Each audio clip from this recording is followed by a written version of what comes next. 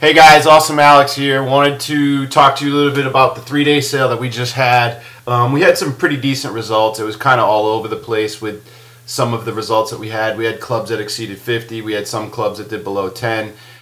So now that the 3-day sale is over for memberships, now what? What do we do? What do we do with all these leads that we just got? What do we do with all the referrals? What are we doing for the members that just joined up? Well, listen, that was the first half of the game. Now we're talking about the second half.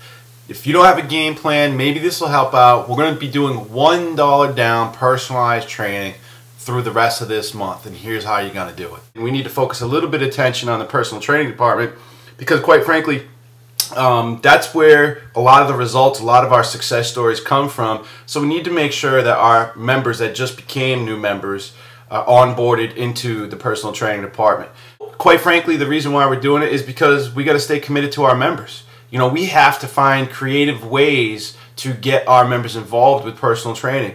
And for no other reason other than you got to believe that your personal trainers are going to get results. If you don't think that they're going to get results for your members, do not do this sale. Because then you're just doing it for the money, and it's not about that. Don't get me wrong, the compensation will come, but you don't want to do it for the money. You'd be doing it for the wrong reasons. Make sure that you believe in your personal training department, and if you do, then this is to boost that personal training department and to make your club known as the results-oriented club. All right, and what you're going to do is we have to be committed to our members. We can't have members that are going to do $1 down and only do a 3-month commitment or 6-month commitment. This is going to be at least a 12-month commitment. You know, it's going to take anywhere for most people to reach their fitness goals, anywhere between that 6 to 8 month barrier, so long as you're really working with them with their diet. And it's going to take them a lifetime to maintain that. You know, so we can't legally offer them a lifetime personal training agreement. We can only do a selected amount of time. So we're going to stick to the 12-month program. You know, and the $1 down has to be done. The member has to get involved with personal training on the day that they're doing the FC or the day that they're joining up their club. Now, what objections are you guys going to hear? Let's anticipate some of these things. You're going to have some pushback from a bunch of people. You're going to have some pushback from trainers. Trainers need to know how they're going to get compensated. You know, in our industry, and it happens all the time, the trainers are usually treated like crap. We need to be treating our trainers better. They're the faces of our club. They're in the club every single day. We're sitting here telling our members we're results oriented. We're focused on hitting your goals. And then we need to make sure we're creating a good trainer culture inside of our club. So we have club culture with our members, we have club culture with our trainers, we have club cultures with our staff. What are some of the things that you can do with your trainers?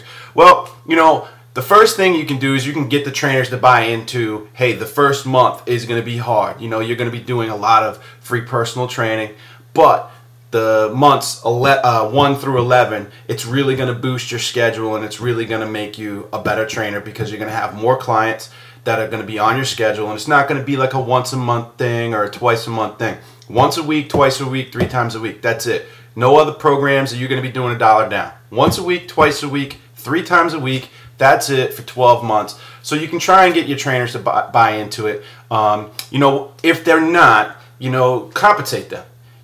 So we go backwards a little bit for the first month. Same thing on the $1 down sale for the membership agreements. You know, we're doing 2-year agreements for $1 down on our membership side. So the first month we lose a little bit of money.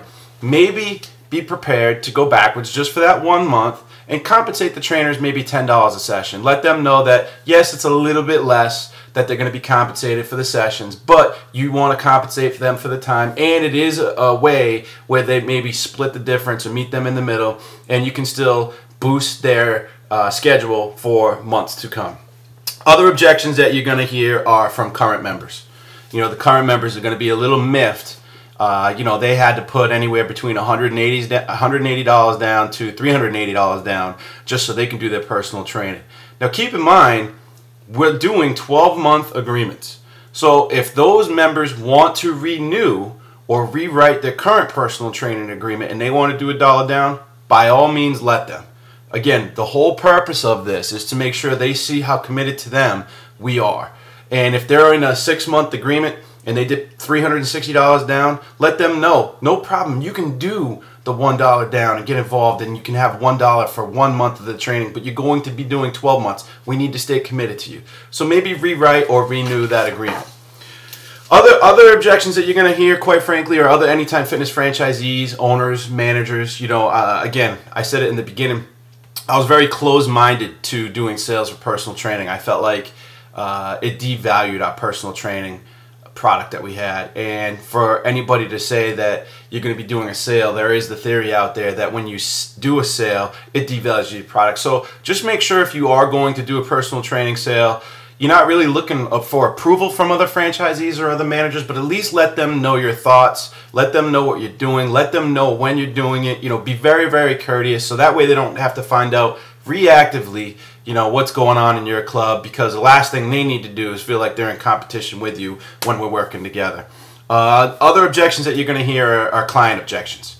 You know, and I have a really good idea for some of the client objections that you're going to have. You know, we use what is called casters, and casters is quite frankly one of the best ways that you can qualify somebody to get involved with personal training. We use a method called casters, and what casters is, and maybe my Mass accent is coming out, it's casters. It's C-A-S-T-E-R-S. And what you got to do is you got to qualify them before the fitness assessment. I'm reading my notes here, so if I'm looking down, it's because I'm being super rude and I'm reading my notes. But casters, so it's convenience food is the C, alcohol is the A, Starbucks or cigarettes. I know cigarettes begins with a C, but I put it in the Starbucks category.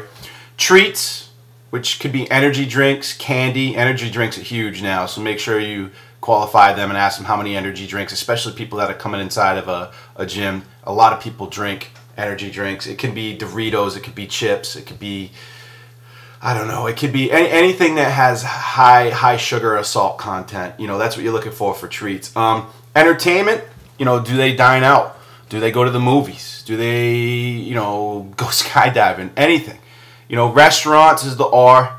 In restaurants, what you're looking for is how often, you know, what do they order when they go out? And you're asking these questions because you're making them think that you're asking them questions about the diet. You're not sitting there and making a note of it and saying, oh, well, you spent this much here, this much here, this much here. You're not letting them see that. What you're telling them is you're actually showing them that you care, and that's the reason why you're asking these questions.